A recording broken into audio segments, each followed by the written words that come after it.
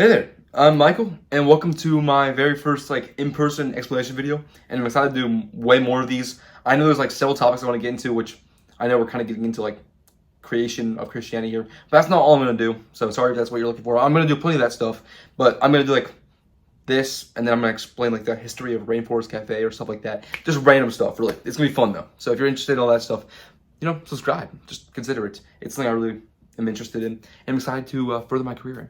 So, without that, you actually came here to learn about the creation of the world from a Christian viewpoint. So, where I'm actually getting these days of creation that I'm going to explain later, this all comes from the Christian Bible, and I know there's different religions that have a basis around this. I know it's the Muslim tradition has something similar to what the Bible says, the Christian Bible, but it's slightly tweaked. They started in heaven and then came down to earth as their punishment. But like I said, we're not going to get into that deep dive of other religions. I know there's thousands of religions and each have their own creation story. But I'm going to be specifically giving you the explanation of what Christianity says about the creation of the universe.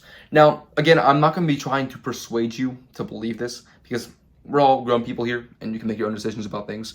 But I'm just going to simply explain to you what the Bible says, and you can take that information as you will. Do whatever you want with it. But that's what my goal is here, is to actually persuade you. Now, there's a few things I want to go over before we actually get into the creation of the universe and the world as we know it. And that's what becomes or is created before the universe. Sorry about that. So if you want to know what happens before the universe, and it's kind of complicated, because if you want to get into deeper things such as the devil and Satan, which I could get into way later, I can make a whole video on that, on Eden, because if you know, the devil is in the Garden of Eden, which is God's paradise, and he eventually tricks Adam and Eve, the first man and woman, to sin. And you might want to wonder, how was the devil even in the garden? Did he exist before the world? And that's, true. I'm going to say this right now. Heaven most likely exists alongside God the whole time. Now, this is something I'm just going to mention so it makes sense a little more. In the Christian religion, God has always existed and will always exist. So, the world and time itself is it's a hard kind of construct to understand, right? Because we kind of understand a day as the rotation of the sun, which is 24 hours, right? From sunset to sunrise, 24 hours. That's how we kind of get that day cycle, right? And we kind of as humans, we think of things chronologically, we need a start, we need a beginning, or a start and a beginning. We need a start and an end. But it's kind of more complicated than that, right? Because God is exists outside of time, if that makes sense. So he knows everything that's going to happen, everything that will happen, but he kind of chooses to be with us in this time, in this world he created that has a chronological order, but time isn't as cut and dry. And this isn't something that's just exclusive to Christianity, because I know even in the scientific belief, time is infiniteless. They believe the Big Bang, and if this is how you believe too, it's 100% understandable. But the Big Bang is all this stuff, all this matter just poof, came out of nowhere. And I'm not saying that's kind of where scientists are kind of confused. Why did just stuff exist out of nowhere? Why did it just explode into everything? But yeah, so they'll also agree that time is infiniteless, and Christians also believe that, but they believe that God exists outside of time and decided to just create man and the world. And there's deeper reasons for that, which you can find throughout all the Bible. And I definitely recommend going and reading this for yourself. So what we're actually going to be reading today is the very first chapter. It's the first thing you actually see if you ever open the Bible and you started reading. This is the first thing you'd actually read. This is what I'm going to explain today. The first chapter of the Bible. And Genesis, which is the first book. Now, if you don't know how the Bible works, you get the Bible by itself. You have these books, which are I don't know how to explain it. It's a very small book. That makes sense. Some are larger than others. Some are only 4 chapters. And a chapter you're thinking of is not a chapter in the Bible. A chapter in the Bible is a page long, or maybe slightly over a page, but it's usually a page long. So it's not like that, but some books are 4 chapters, others are 50. Genesis, which is the book that we're gonna be reading today, is 50 chapters long, which again it's only 50 pages, so it's not even that much. So yeah, so sorry, I don't want to get into that, but how it works is basically you have the Bible, you have the books, and within a book you have verses, so you'll have chapters, and then you'll have the chapters of that book, and then within those chapters, there's verses which are certain sentences which are highlighted because they're combined together. So what we're reading today is Genesis 1, which is the book of Genesis, which is the first book in the Bible, and we're reading the first chapter of Genesis. That makes sense. We're reading all of that. So chapter 1 of the Bible, basically, that makes sense. And I'm sorry, I'm not trying to confuse you here. But yeah, and also, little fun fact, Genesis actually means, it's a Greek word meaning beginning or the beginning. So kind of cool because the book of Genesis is all about the creation of the world. And it's more on the traditions that we later find throughout the world and like how man expands across earth and all of that, which is like almost the entirety of the book. And only the first chapter is actually about the creation of the earth. Which leads to many debate over it, and I'm gonna go over that now because I know there's several debates over like important things that we need to get into. But like I said, now that you know how the Bible works and you know like how God kind of exists outside of time or has always existed. So if you ever wondered like who created God, or if that's like a question you had, no one created God. God's always existed. So yeah, I don't know if that makes sense, but God has always existed, and He decided to create the earth. By simply saying things. So again, this is like how I'm going to explain this. Like God's going to like say something like He tells the earth to be created, and the earth is simply created. So like you can assume like it's pretty cool. Me, especially as me as a Christian, it's kind of cool like how to see something that's super powerful and then just safe for something to be created, and it's created. Like I was like, ooh, Apple. There's not an I edit that in later. But yeah, but that is what is happening here. So if I'm just saying like God created this, He said it and it was created. So pretty cool. So now that I have that all the way, we can actually start into this little journey and why you're actually here. So first thing to note is that many people like reference the 7th day of creation, the 7 days of creation, but it's actually only 6 because on the 7th day of creation, God actually rested. And it's not like He was like tired, if that makes sense, but it's kind of like His conclusion of creation, saying like, yeah, this is done. So if that makes sense, there's actually only 6 days He creates things. And yeah, there's also like a big dispute in Christianity over whether a day in the Bible is actually a day. So now, don't get me wrong. In the Bible, throughout the rest of the Bible, a day is pretty much a day. But since the only person that was there in creation was God and like the angels, and since this information was given to a prophet, or that's what the Christian people believe, is that God like give a prophet this information to write down. So we can assume that since God's the one giving the prophet this information, He was the only one there. We can't exactly say that what God says is a day isn't a day. And why that's disputed, I'm gonna pull it up over here, is because there's actually a verse that says like God's understanding is different than ours of time. Let me see if I can find this. Sorry, I'm over here researching while doing a video. Let's see. So the debate over this is whether a day at the beginning of the world, right? A day at the beginning of the world is 24 hours as we know it, or is much longer.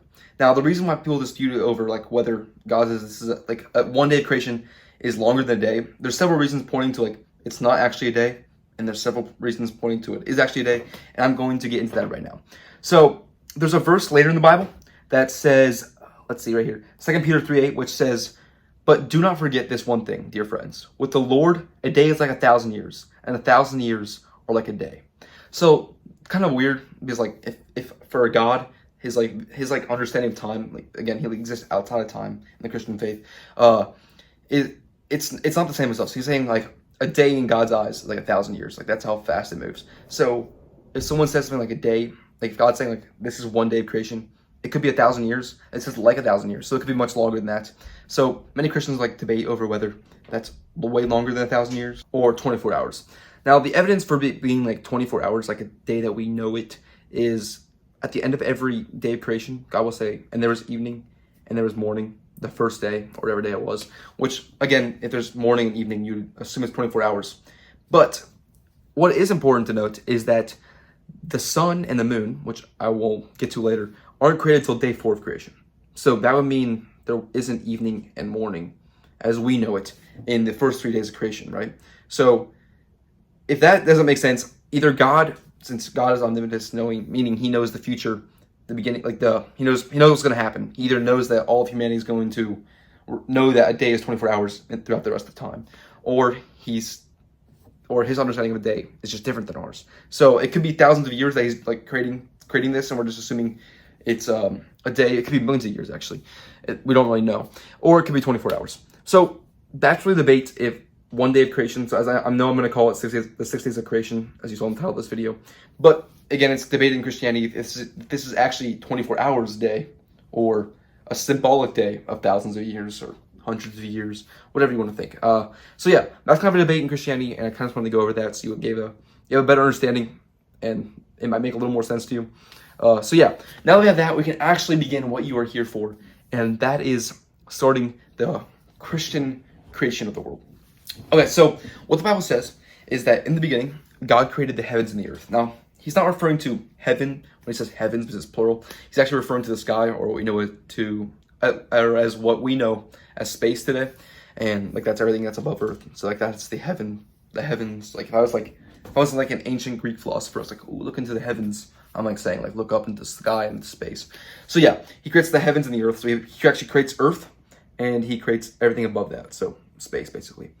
And on earth, he creates water and earth, or like earth, like dirt, and all the dirt and land is compressed under the water, as we say that like God's spirit like hovers over the waters of the earth, as it says in the Bible.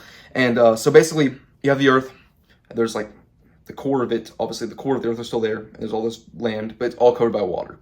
So that's pretty much the first day of creation. God also creates light, like not like the sun, but like the energy of light. And this is important because it says he creates light, right? But it doesn't say anything about him creating darkness, but it says darkness is there.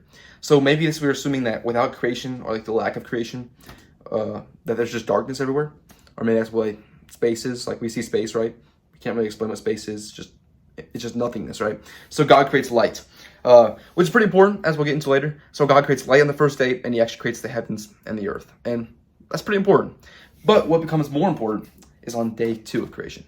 On day 2 of creation, God creates a breathable atmosphere. It says in the Bible that he separates the water that is on the face of the earth from the sky. So basically, he's creating that breathable atmosphere away from the heavens, as we got into later, which allows us to, breathe, because that's something you can't do on any other planet. So kind of important. And I know day 2 is like kind of like missed by Christians. Like if I ask like normal Christians, like, oh, what happened on day 2 of creation? I promise you 90% are not being able to tell you, oh yeah, an atmosphere. Like it's just a really weird day, but it's super important. And that's why I think day 2 is on a tier list of the days of creation in Christian belief. I would say it's pretty up there. It's really underrated. So with that, we get into day 3, where things get to be a little more important, and we get to the separation of land and water. So like I mentioned, all that land is under the water, and God then separates the land from the water, basically pulling the land up and separating it into oceans, or he says seas. But like what we know as a sea now is different than what a sea was back then. But it says here that God names it a sea, so technically we should be calling it a sea. Like the ocean should be a sea, and maybe we should call seas oceans. But that's just the dumb thoughts that go in my head. But anyways, so yeah, God kind of separates the land from the water. And the next thing that's really cool here is that God creates plants. And this is the first time we see plants, and that they can live on the atmosphere because of oxygen. But you might be remembering something here. The sun hasn't yet been created. So how do these plants survive? Well, it depends on what you believe on that time thing. So if you believe it's one day, you could just assume that the plants survive the day until the sun was created the next day. Or if you believe a day was like thousands of years, or like whatever time distance you want to believe, as I mentioned before, then you can assume that God used that like light energy that he created before to just like help them survive, because he's God. He can do what he wants. So that's where you can believe. You can either believe like God helped the plants to live, you would think it's a lot longer, or you can just think like, oh, he was like, yeah, it's only a day. So So yeah, that's day 3 of creation, and God creates the plants and all that. And day 4, as I mentioned before, is also really important. Again, I think this is really another really underrated day. I know most people think like, oh, he creates the earth, he creates plants, and then he creates animals. But you're forgetting days 3 and 4. 4, he creates the sun, the moon, and the stars. So basically, it was just earth, and then just space, or the heavens. Around earth. So now he creates all these stars, or like the planets we know, but like the stars that we still see out there today. We see those stars.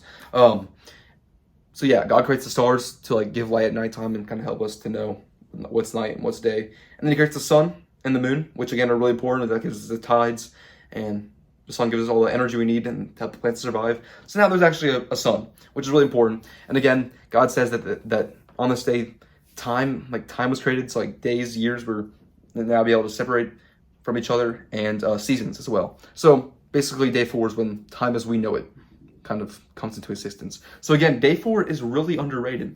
You got the sun, you got the moon, you got time itself, seasons. yeah, if you're a winter fan, if you're a fall fan, a spring fan, day 4. Day 4. But anyways, that is pretty much day 4. The planets, everything around it, the sun, the moon, stars, all of that. So pretty cool.